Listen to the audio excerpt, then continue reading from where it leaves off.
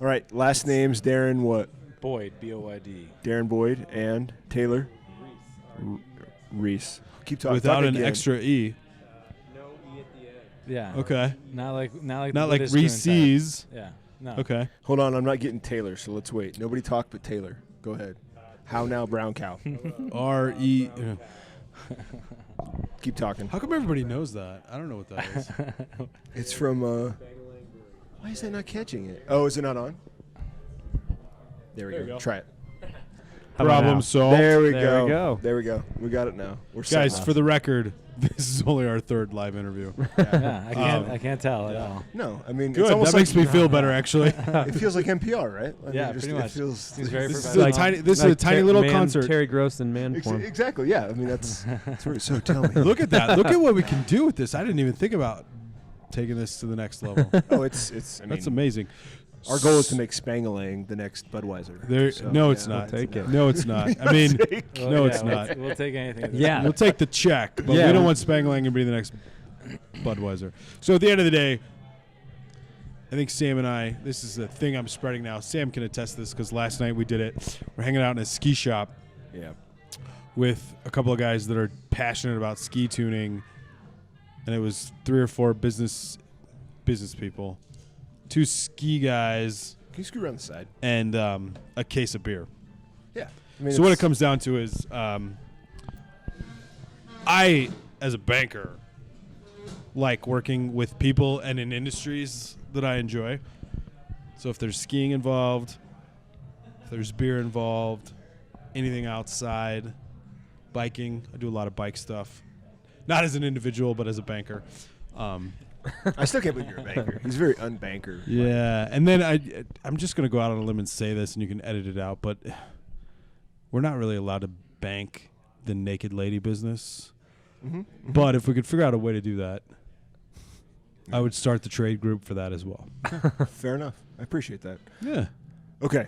So conversational. You got the idea. Mhm. Here's what we're going to do. We're just going to talk about beer and what you guys are doing and how you got into it, and wherever it goes, it goes. So to give you an idea, talking to Nate at Tivoli, got very technical. He's a nerd. He nerded out big time. Very mathematical. Very mathematical, and so it went that route, right? But talking to Jason over at Ratio, it was all about their footprint in the community and what they were trying to do there and all that. So whatever you guys want, we'll follow along. We got a lot of the roots of the punk rock scene from Jason. Yeah, for sure. Nate's background clearly was more like, for lack of a better word, more corporate ladder type, like worked his way into the role. But at the end of the day, it's all about beer and what you guys want to tell us, because we're open to it. This is my first time here. Sam? Third Third or fourth. Yeah, All right, been here good. several times. Google Maps But can't it's find nice. you guys for shit, by the way. It probably still thinks we're the DMV. Yeah. But it's so Oh. close to the obviously the light rail's right there. Yeah, It is, huge. yeah.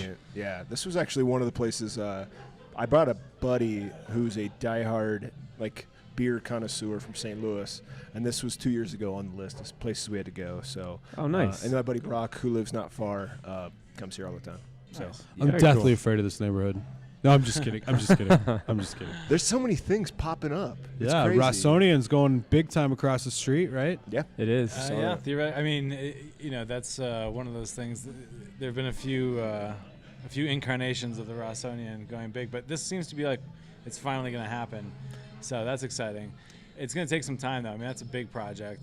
There tons of work to do on a historic building like Yeah. that. So There Okay. is a rumor Chauncey Billups involved. I Yeah. think I've heard that. Yeah, that the Chance You were- is yeah. he's part of that deal. That's a tidbit compliments of the business den.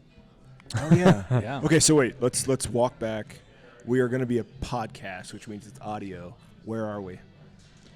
We're in 5 Points. In 5 Points, Denver. In Denver, because Yeah. this is going to take United States. Yeah, that's true. This is gonna be worldwide. Yeah, U.S. planet Earth. This guy knows. Yeah, this exactly. guy knows. This guy knows what's going on. Yes. So yeah, we're in 5 Points, Denver. Okay. It's one of the few neighborhoods that's got a really rich historic sort of. Well, it's got a lot of rich history to it, I guess is what I Right. should say. got jazz history, which is sort of what it's known for. It was once referred to as the Harlem of the West. So we try to pay tribute to that here with our name, with our vibe. I mean, you can see around you. The audience can't see, but there's sort of a musical and jazz specific sort of tinge to basically everything that we do here. And that's largely to pay tribute to the past and hopefully preserve that for the future. We think it's really cool what used to be here, and it seems like that's what's coming back too. A lot of focus on music and African American culture, which is a big part of what the history of this neighborhood is. Which is a local, I think I would tell you, is what I've always associated it with, but not necessarily in a negative way, but this was like a cultural hub when I was growing up, for sure. So Yeah, for sure. Absolutely. You mentioned Spangalang roots being in jazz history. Give us a little bit of background on that, will you? Because all I think of is Bangarang from the movie Hook, which I can't handle. You're not the only one. That I don't feel good about that then, because I don't want to do that, but It's a story we've told a few times, certainly. But I'm sure it's polished. So Spangalang is a jazz cymbal rhythm. It's that. That's. You keep talking. Yeah. You're good. Oh, totally. Get a picture. We're That's- multitasking here, folks. Yeah, I'm sorry. totally. Keep talking. Take a few pictures of us in the middle of an interview. Thanks. So man. yeah, we picked the name from that jazz cymbal rhythm. It was suggested to us from a local jazz musician, and the idea behind it is that it's sort of this, driving force in the music, but at the same time, is sort of the background. It's not. We're not really showy guys. We're not really trying to take the spotlight per se. We're a neighborhood-based brewery. We want to be cutting edge and we want to be, pushing the envelope all the time. But at the same time, we're not trying to be some national brewery or anything like Gotcha. that. So the jazz thing, that wasn't, for some reason I would just expected one of you two to be big jazz fans. But I mean, We're both you jazz both fans. okay. Yeah, All right. totally. Yeah, absolutely. I mean, we have. That was one of the few things that we really have a passion for in common, and besides mutual beer, so. appreciation for Yeah. beer and jazz. All right. So it worked out. It certainly worked out well, and I think we always, I shouldn't say always, but as soon as we started talking about doing something, this neighborhood was at the top of the list, and that history is what everyone knows about the neighborhood. So it's sort of inextricably linked to being here. You can't really be here without acknowledging the past and the rich history that comes along with the neighborhood. So it just made a lot of sense, and it's it works well with what we enjoy, and we're good friends with the folks up at KUVO up the street. Okay. So one of the oldest best jazz radio stations in the nation. Yeah, for sure. So it's been a really nice relationship with the community, and provides us the opportunities to do things like live jazz, like we're having tonight with a bunch of local musicians. So it's been a really nice, I think, choice on our part, and the community's appreciated our decision to go that route, I think. Anything to add to that? No, No. Yeah. that sums it up. No. Mic drop. That's good. But no, jazz also incredibly creative musical form. So we try to take some inspiration from that. There's definitely foundations that we've developed over the years, with our brewing history, which we'll talk about, I'm sure. But also there's a lot of creativity there. So we thought it kind of embodied what we were looking to do. No, it goes hand in hand, like brewing or craft beverages, or craft brewing and jazz. That makes total sense. Like we could just say brewing beer. I think in this case, that's what these guys are it doing. makes total sense, right? Like, Yeah. Yeah, beer and jazz. certainly So- today's the way that the industry is going. Yeah. Okay, so how'd you two meet? Why did you decide to do this thing together? So Jazz duo. Yeah, I was gonna say. that goes back. We met at another brewery here in the United States, Denver, Colorado. Okay. So that's Mountain West. Great Divide Brewing Company. Okay. So Darren and I both worked there, and I would say Taylor was my boss. Aha. Okay. So With just a hint of a glare as he says that over the mic. Exactly. What's your last name again? Boyd. Boyd, okay. You look like one of my students. Oh, Like man. a big brother to one of my students. Oh, okay. Yeah, I was gonna say. Yeah. Sorry, go ahead. Oh, no problem. So you're at Great so Divide. yes, we were at Great Divide. Given the standards in the industry today, for a really long time, I was there for 10 years. Darren, you were there for 5 at least, 6 maybe. It was a little under 5 years. Okay, a little under 5, but the fortunate thing with the industry growing the way it was, you were given a lot of opportunity to grow as brewers as well. So Darren and I both started on the bottling line, not at the same time, and both kind of went through this path of, doing packaging and then warehousing, then purchasing, then finally given the chance to be in the brew house and in the cellar. I just happened to start, 5 years before Darren did, which Because you're 5 years older than I am. that's true. Yeah. Only So 5 years older. I just started earlier, but so that's how we met at Great Divide, and there definitely was talk of wanting to start a brewery, and we kind of found a way to make it work. There's a lot of pieces that go into that. Okay. Financial, experience, finding the right property, which we got lucky enough to do. Yeah. I'm probably leaving some stuff out, Darren. You can add to it, but Quick question. I got to ask him. Were you a wrestler? I was, but this is from I trained jujitsu. Aha. Okay. So- Really? Gotcha, I gotcha. did. Yeah. Train So don't jiu-jitsu, mess with Brazilian style, or That's really There's the some only cauliflower one ears, they why I do asked. a whole lot of. do these you days. know a guy by the name of Jamie Schott? sounds familiar. SCHOTT. He's like the only German Native American I know, and coaches my kid in lacrosse. Okay. He's a pharmacist, and he teaches Brazilian jiu-jitsu. He's not. So there's quite a few gyms in Denver. It's getting pretty big, and the name doesn't ring a bell at my gym, but it sounds familiar. Like he may be at a different gym. I'll have to look into that. But yeah, that's what the mangled ears are from. Where are you That from? my I wife- wasn't my even going to wife loves. assume. Are you from here? Are you from Colorado? No, I'm from Ohio originally. Yeah. I'm from Iowa, so that's why I can Okay. recognize a Okay, good you cauliflower ear. recognize- Yeah, very few people do, for but, sure. yeah, Yep. most people don't even notice it. No. It's Yeah. absolutely. So what did he miss out? What did he forget? Great. That's kind of. I mean, that's the. That's pretty much the story. I mean, it depends on how far back you want to go. I mean, that's where we met. So, I mean, certainly for us and Spangalang, the genesis story comes really from Great Divide. Okay. And neither of us had any experience in any other brewery besides that. So, like you were saying, I think Great Divide was, at the time, one of the last, or I think in retrospect, it was one of the last places where people would get these really like full spectrum educations, like he was saying, where if you want to work there, they weren't hiring brewers to come in and move into brewing roles. They're hiring guys to tape boxes.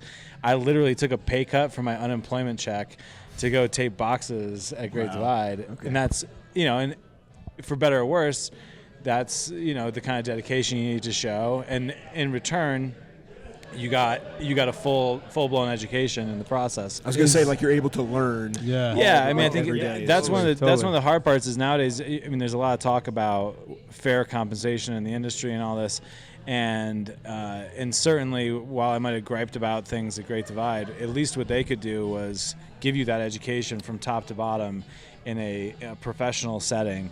Whereas with really small places, even our own, we have guys who passionately want to be in the industry, and the best we can do is show them the same thing over and over, and awesome. There's no real opportunity to like get the full picture of what the industry is about, because we just don't need that much help because we're a little place. Great Divide's big enough where you really got to see everything And you have to and spend do a lot of everything. time doing it. It's Yeah. like it's a full production facility. Yeah. So you're not just. It's at a brewery like us now, we brew maybe once or twice a week. It's hard to learn a skill doing it once a week. Yeah. But at Great Divide, we were doing it 24 hours a day, 5 to 7 days a week. You're brewing every single day over and then when you were selling, you were filtering every day. Not that I was thinking in retrospect, filtering was like the biggest waste of time because nobody cares about beer being clear Yeah. anymore. But, It's a shame. I love filtering. Yeah, That was my I favorite I thing was to do. filtering too, but people would be angry with us if we did more of that. So you're there. You two are Yep. together, and is it like you're after work, you're going and you're tasting beer, and you're like, yeah, how does who decides to go, hey, let's try this? It was a little like we'd hang out after work a lot. Not me and him just personally, but like as groups, and then you'd kind of start chatting. And there were some friends that kind of. Yeah, I mean, I've always said that. I think it's everyone who gets in this industry on some level hopes to someday have their own place. Okay. That's an interesting point because I think we've touched on this in all of our interviews that you either get somebody that's going to run a brewery because they have a corporate background or they are more interested in wearing a suit or believing they wear a suit every day, or you get guys like you that start at the bottom rung, literally work your way up the ladder, learn every single job on the floor, and then when you're good enough to do it right, you're like, peace out, I'm going to go do my own thing, not because I'm better than you, but because I can do it differently. And that, honestly, I mean, Nate alluded to that, right? At Tivoli, he's like, that's the ultimate goal, right? Yeah. I mean, it's everybody seems to be it's a passion, right, for everybody in the game. It's I think it depends on who you are. I was pretty happy where I was at Great Divide. I don't know if I would have been forever, but it wasn't that I had this. It wasn't 100% a burning desire just to go do it on my own. What I kind of got tired with at a brewery that size is you're making a ton of beer and it's great beer, but you're shipping it all over the country and you're not actually getting to interact with the people who are drinking. Like there's like this huge disconnect between the brewer and the person consuming the product because it's going all over the world. Sure. That's awesome, honestly. I mean, it's great that that's growth. That's a great thing. But I found this kind of desire, and I feel like Darren shared it as well. That like we want to meet the people who are pouring. We want to pour a beer for someone and be like, hey, we brewed this. Let's talk about it. What do you think? And let's hear how your day was. You know, we want to have more of a connection with the customers than just shipping the beer across the world. To being in a community like this on a light rail stop in a walkable neighborhood, you guys probably know the regulars. Oh yeah, there are bread and butter. Yeah, this is what keeps the doors open. So I got to ask another question while we're still here. No, you're good. Go ahead. We're talking about like the School of Hard Knocks in brewing, right? Mm-hmm. Great Divide was your guys' Harvard. Where can somebody go now to get that full-blown Ivy League type education? You made it clear that Spangalang, great brewery. I'm enjoying, I think, my third or fourth different beer this afternoon here. But maybe not the best place for somebody to learn the industry top to bottom from the brewery side. So let's start in Denver. Who or where could you say that's a good question. Somebody that wants to get in now at the ground level, where should they go? And don't pull any punches. I mean, unless it's somebody we don't like. And learn everything from packaging all the way through. Like still Great Divide. Great Divide's still there. Okay, that's good to know. Maybe. I mean, certainly. So I guess it's sort left hand. There's different ways. Different ways to look at this question. I think there's, if you're talking about strictly working at a brewery, I think you still need to go to a regional brewery, or at least one that's doing a significant amount of packaging, because packaging is still the biggest part of this industry. I mean, the taproom model has exploded, but most beer is still going into bottles and cans that's out there. And you know what's interesting? I just thought of this now, but I would say you learn a ton about just beer, caring for beer in general through packaging, just O2, oxygen. You can't let oxygen's like your enemy. Light. Yeah. Just there's so many things just in the packaging, just in that process, that will teach you so much about how you treat beer from like post-fermentation on, like how careful you need to be. And so I think I never thought of that until now, but it's like your first car, right? You learn how to take care of your first car or your first kid. But I guess not to throw anybody under the bus, but like that's what makes a Spangalang or a Ratio or a Great Divide different from like a what's the rock. What's that brew pub you can go to? Rock Bottom? Rock Bottom, right? Like, they're not packaging it, so they would never necessarily get that side of the business and that kind of... Rock Bottom is still in business? That doesn't mean they don't look... I think so, yeah. Oh, wow. Actually, I mean, honestly... was right next to their booth at Festivus. Yeah. Oh, yeah, how was all their that? beers were good. They were No, great. they make good Yeah. beers, but I Their understand beers what are you're great. saying. Like, I just forget about yeah. them. Yeah. Not in a All bad their beers way. are great. So I would say though, if someone was to ask me off the street, how do I get into the industry these days? I think personally that the days of coming up from the bottom and working your way up are kind of going away. Numbered. I think that most of the time now, the industry is mature enough that the people who are still opening breweries are pretty savvy business people, and they're not trying to give someone a shot from being a home brewer to being the head brewer. They would much rather go to somebody who's been to the Siebel Institute or been to UC Berkeley or been to or has gone to Metro State and gone through the brewing program there. So that's become the norm now, where you have to kind of have a degree in it. I don't know if it's the norm, but I think that if you're not opening your own place if you're not a home brewer jumping to being a professional brewer all on your own, if you want to get into it, it's going to be tough if you have no experience. There's enough people out there who want to do it, and brewing is not rocket science. I mean, it's not like it takes some great skill to be able to develop a halfway decent recipe. It's about wanting to do it and showing that you have the passion and the attention to detail, essentially, So to carry through. hypothetically then, because this literally came up in we'll call it a meeting right before this. A good friend who lives here, his brother moved up from out of state, wanted to get into the beverage and brewery industry, right? Had a lot of experience in hospitality, food and beverage, restaurants, bartending, but struggled for about a year to find a job at a brewery, right? Maybe it was because he was used to making too much money. Maybe it was because he didn't understand that he had to be the guy taping boxes shut. But that's been a couple of years. Is it more realistic now that talent is recognized and you can plug somebody into a role if they've got a demonstrated ability and acumen for the industry, rather than saying, we'll give you a shot, but you got to start packing boxes first?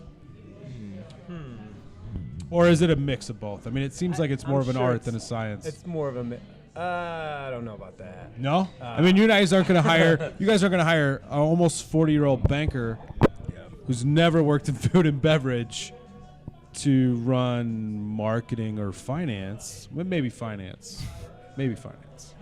But, I mean, you wouldn't make me start on the bottling line. Probably. Well, Yeah. okay, see? There Don't you leave go. your days This is- off. I guess that's the point of my question. I mean, it's totally different. I mean, like Darren said, it's not rocket science, but it is a different skill set. And it's kind of something you need to get used to. There's concerns with making beer in particular is what I'm most familiar with, not necessarily selling it, to be honest with you.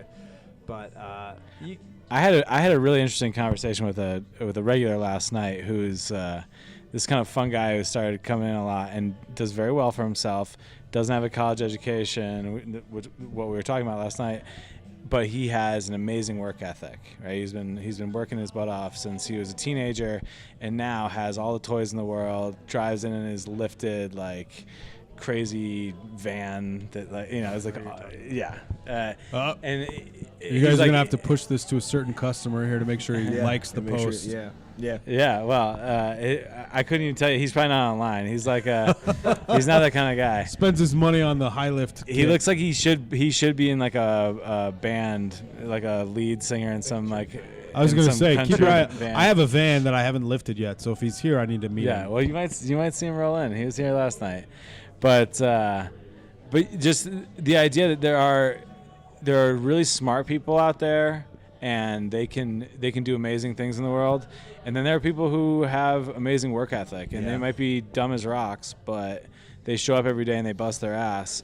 And the brewing industry is somewhere in the middle of that. And that's one of the things that drew me to it in the first place. I went to college. I worked in banking before getting into beer. And there's a real attraction to me about just the physical nature of it, the fact that so much of it is about just showing up every day and being consistent and doing things the right way. And, so this conversation I was having with this guy is that it's interesting how a lot of times, you'll see someone who has a great education who's struggling to make ends meet because they, can't get a job that pays $40,000, but the guy who will show up every day and mow the lawn and mop the floors will make twice that because they're consistent and they are there every single day doing their job the right way. And brewing is a lot like that. And that's a different skill set than just, doing well in school or being able to have a specific skill set.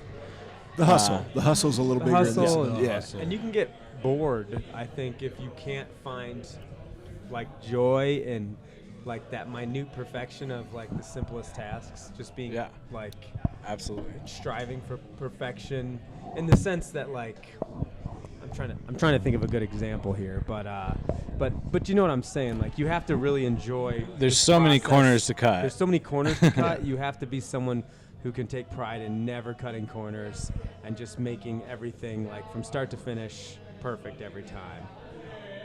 So tell me, what is your kind of, if you could define the Spangalang brand, what is it? Or do you want to? It's honestly been one of our biggest challenges since we've opened. We've always struggled to kind of define who we are, in part because of our roots at Great Divide. We've brewed everything at Great Divide, and we kind of feel like that's what we want to do here too. We want to have an incredibly broad spectrum of beers that we make. Unfortunately, in today's market, having some level of focus is pretty important. And for us, it's just been hard because we've always had a lot of different forces tugging at us. I'd say the fact that we're a neighborhood brewery is probably what defines us the most. Kind of, you were saying, Jason was saying over at Ratio, that's kind of the way that the industry seems to be heading is, you have to connect with your local market. And so first and foremost, we care about the people who are literally within walking distance of us. But we also, have aspirations to get recognition for what we do. And maybe not A-B size, but a little bit bigger, a little bit broader, right? Absolutely, a little busier. A little busier. I don't know, man. I've been here a while. It hasn't been empty. But I do find, I think our customers identify with our constant striving for quality. High quality it's important to us. We don't want to put anything on tap that we're not proud of and that we don't want to drink the shit out of. And creativity as well. We've definitely subdued creativity. We're not generally getting bananas, like literally we don't put bananas in beer. But no, we're not doing anything like too we don't want it to get too far away from beer. But we're definitely capable of some pretty creative endeavors, but we're definitely keeping it within our realm of it still should taste like beer. In fact, that beer you're drinking right now tell me about this a pretty bizarre, but still, still classic. a beer. It's still So beer. what is it, Darren? What am I drinking? Yes. So you're drinking a blend of 3 different bourbon barrels from our friends over at Mile High Spirits. Okay. What's that beer called? That is Vanguard. Okay. It is 2/3 Belgian-style triple in bourbon barrels, aged a little over a year each. And then that was blended with our Imperial Stout, also aged in a bourbon barrel with vanilla. So I'm going to need to order one of those next. It's very delicious. No, I tasted Yeah. it, but Very that's good. now that I know a little bit more about it. it's a touch over 10% alcohol, so it's I'm it's not a- gonna need it's a- one of It's those. a big boozy beer, but the vanilla really rounds out the heat of the bourbon and makes it a pretty smooth beer. We released another version of it with maple at Festivus this past weekend. Got some pretty positive attention. So we have a little bit of that left. We'll probably try to work on turning some of the remaining Vanguard into Maple Vanguard in the future. But Do you have any available now? I want to taste it. we have one more low fill bottle at least. Sam I is, just wanna- I Sam wanna is compare it. relatively I have a little bit left in that shameless keg. when it comes to. No, I want to Oh compare. yeah, we have the yeah. keg. Yeah, Let me go sure. see. Can I go walk for it. away? Yeah, you can leave. I'm just gonna point out that you've wanna got a compare the two. you've got a face for radio, so we'll let you leave, and Yeah. nobody will miss you. No, I'm just kidding. That's why I do radio. Talking about your menu, it's a fairly, I don't want to say generic because that's not the word. It's a fairly open menu, right? Right. Like you could get your A little bit of everything. You could get your day-to-day, I got to come in and have 6 or 8 of them to work off my Mhm. night shift drinker. and you could cater to a very specialized, high-end, sophisticated palate. But as you guys have both alluded to, nothing is super splashy. Nothing is way off the mark. No. I mean, I went off the reservation and tried the Colorado Junction peach sour, mostly because I like peaches. Sours I'm okay with, but That's I could 100% drink that. Brett fermented. So it's Really? all wild yeast. Wow. all right. This is like one of the best beers I've ever had. I'm not kidding. I'm glad That you is like it. delicious. It was good. I mean, I like stouts. I like aged stouts. I hate stouts. I fucking hate stouts. This is I and didn't that know is that. an amazing beer. So that's one of the fun things about this. Is kind of the triple rounds out those roasty edges of, of the Imperial exactly, Stout. So Nightwalker, which is the Imperial Stout that's in there, is one of our sort of flagship beers that we're most well known for. Okay. I think with the pedigree of coming from Great Divide again, with Yeti in our background, people wanted us to make an Imperial Stout. Yeah. So it's very different than Yeti. I was gonna say Yeti's Yeti- a very hoppy Imperial Stout. But folks wanted to see us do it when we first started, and it was always popular, so we've just kept doing it forever. So there's been many iterations of Nightwalker. We've had Con Alma, where it's re-fermented with grape must in red wine barrels. We do espresso versions. We just did a cafe con leche, which was lactose and espresso.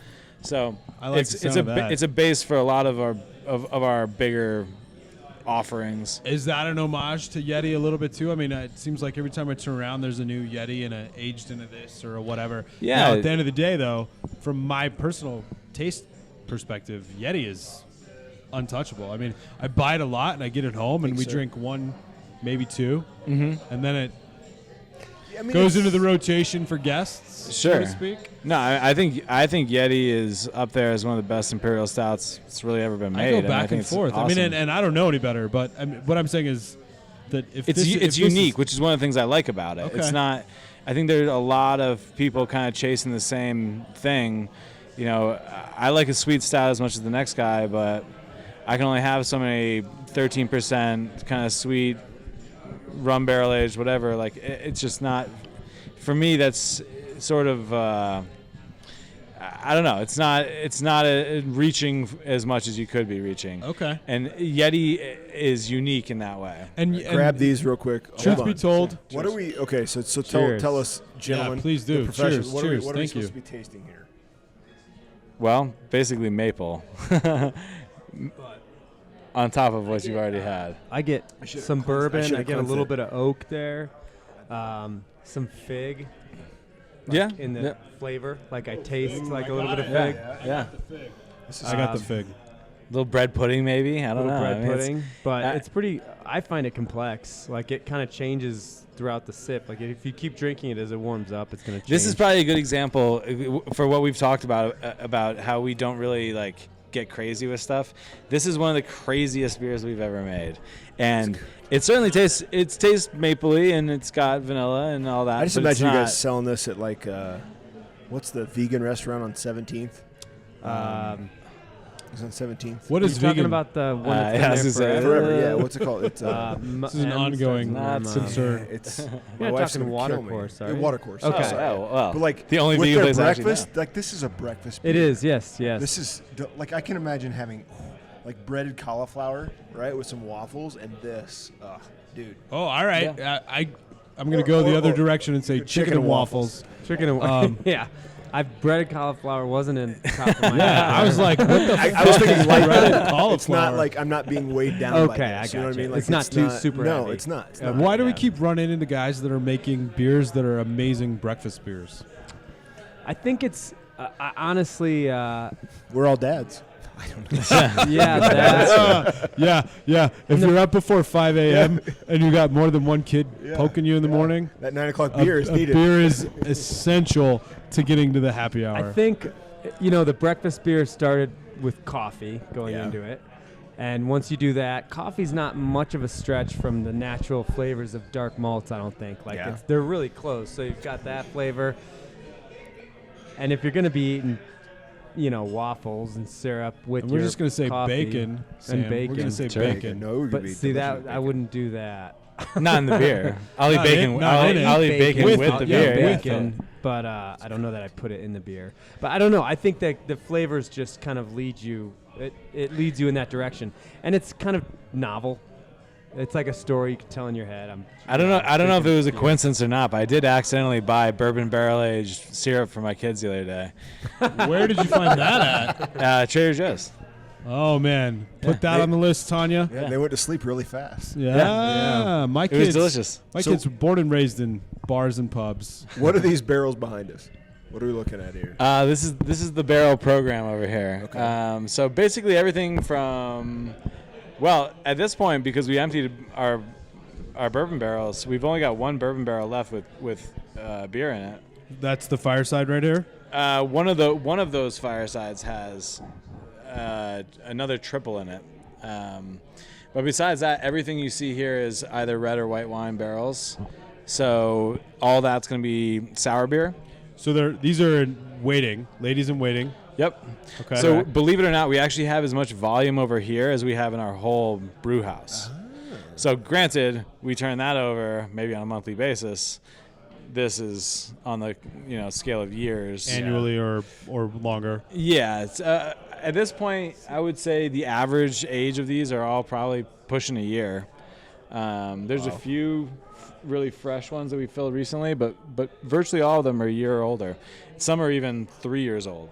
Yeah. So we all need text messages or Yeah. smoke signals on when those are ready to come out, because if Yeah. they're anything like the stout here.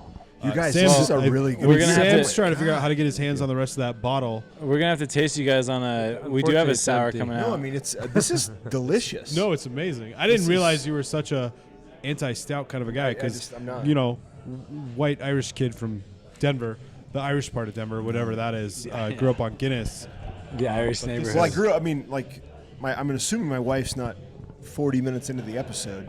I would drink IPAs because she would count beers, because I would drive from parties. She would count beers, and I'd say, I've only had two, right? They were double IPAs. So it's like, yeah. Oh, I College get it. I thing, get it now. college I get it thing, now. yeah, Yeah. That's how I got into it many years ago. Yeah. I used to do the math between the alcohol content and how many were in a case, Yeah. and what I could get to. Yeah. The lowest number was successful.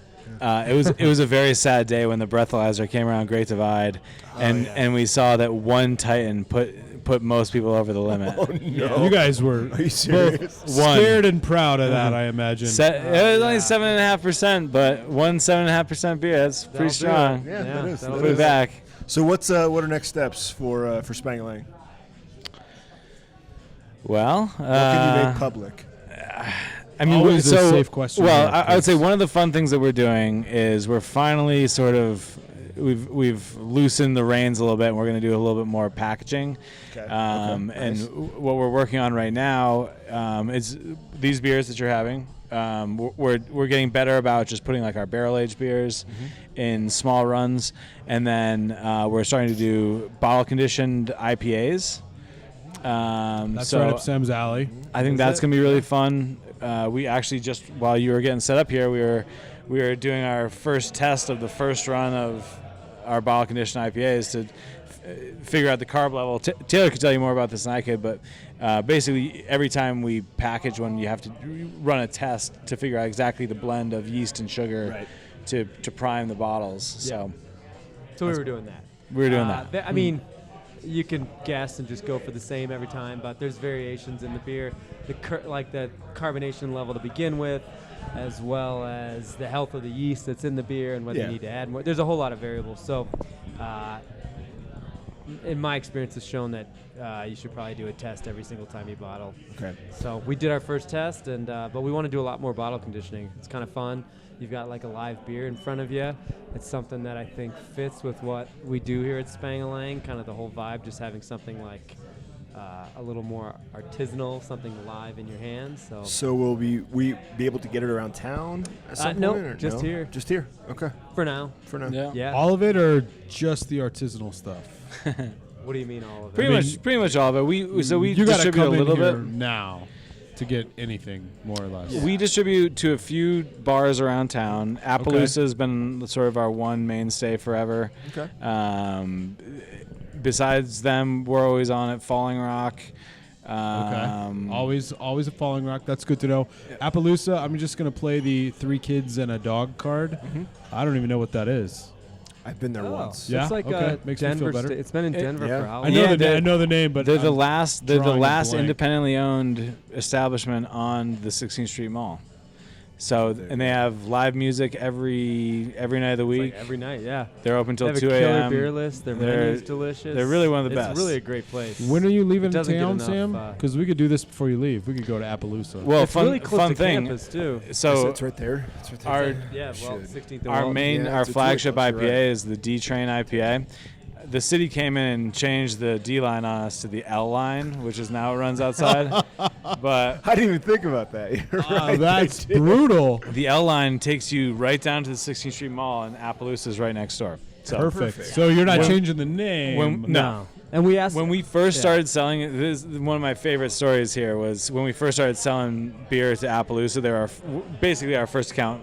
Falling Rock was technically the first, but they were the first ones buying this D train on a regular basis, and we would literally load it onto the D line train and take it down there on the light rail and unload it and take it There's down. got to be some sort of law against that. I don't know if there is or not, but the guy who drives the train did not like it and definitely put an end to it. You didn't after grease a the few. wheels? I mean, that seems like an easy fix. I was down to, but he was pretty straight shooter. Those I can only imagine when they're since when he's they're not driving a when they're not train. looking at Yeah, porn, true, they're totally straight true. shooters. yeah. God, as a marketing guy, I just wish you had a video of that. No shit. do, actually. I am We do? We do Oh, have a video. You oh guys my God. videoed it. We Somebody have- did a fast We do. I actually think What a I, time-lapse I may video. have disposed of it the other day because it's ridiculous. But. No. We have- Sam we have is a- going to get his tech guy on this, and he's going to have him reconstruct. Well, so we do have the we at least have pictures. I think what I deleted was the fast motion to GABF. I think is what. I feel like that should We've be on done the that side too. of a label or something. Yeah. I mean, that's That's an a good- amazing yeah. story. yeah. It is I really I mean, it's cool. D train. Yeah, it's D train. Yeah. I am blown away. Now, where are we at exactly? Because the D train used to end at what? 30th. 30th? We're in Denver, We're Colorado. Well, so Seven. the D train Yeah, used to thanks. split onto 2 separate lines, and this was one leg of it that would come up here, and the other one would like wrap around the city. So it was always kind of And a I'm weird talking about line. the line that ended here. So Yeah, Sam, it this goes up to predates Downing. Sam. Yep. He was just a little kid at the time. Yeah, I'm a youngster. Despite what my skin looks like. Which is again why once upon a time I was deathly afraid of this neighborhood, but this is where the light rail ended. Like literally, it just there was like a brick I didn't realize wall. it had been around that long. It's not been around that long. Okay. Well, 15. No, I guess it's been around like 25 years. we've kept these 2 for an hour, so we should say Oh wow, thank we've you. recorded for an hour. Well, guys, Yeah. thank you. Well, it's Yeah, two thank you. brewers with double the time. You know, Yeah. that's what happens. Gentlemen, cheers. Cheers. Cheers. Thank you so much. Thank you guys for That coming. was. This will definitely be a recommended stop, especially if you keep making this thing. My word. Yeah, we got a fair amount of it, so it'll be here for a while. Hopefully, it Yeah. gets drank before the winter's over. If Catherine J is out there someplace listening, Sam's gonna need a ride home. I got to go to another business meeting. We got the light rail right outside. Is We that were just what's, talking is about that this. what's going on? About Oh the yeah. light rail. Actually, you are the light rail king. Boom, Damn. boom. I bet it's 2 trains so you could get picked up or walk home. I get it there a little faster. I, on the other I'm okay. hand, I eat a full meal. You might have to transfer downtown if you take the light rail, but. a full meal. breaded cauliflower Yeah, meal. meal. All right, Taylor and Darren, thank you both very much. Our pleasure. Anybody, thank if you. you're in Denver, Colorado, Mountain West America, United Earth. States of America, Earth. Earth. this place is worth stopping. Yeah. It's fantastic. Yeah, thank you guys very much. Thank you. Yeah, All right, thank you. take care. It's a pleasure. Cheers.